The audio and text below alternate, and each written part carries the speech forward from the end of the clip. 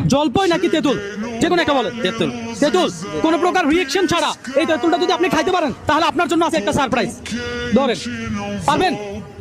জি না। হ্যাঁ হ্যাঁ, সম্ভব না? একটু চেষ্টা করতে পারেন। না, দাঁত আয় টক হয়ে যায়। দাঁত টক হয়ে যাবে ভাই, আপনি পারবেন?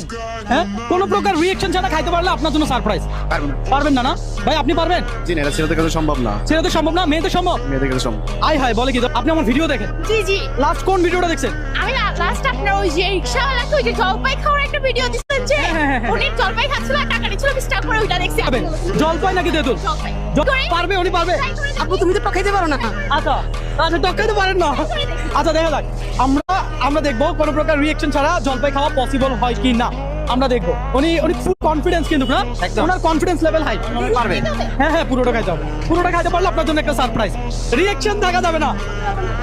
হ্যাঁ, চোখের পাপড়ি বসছে। চোখের পাপড়ি বসে দেখা যাক।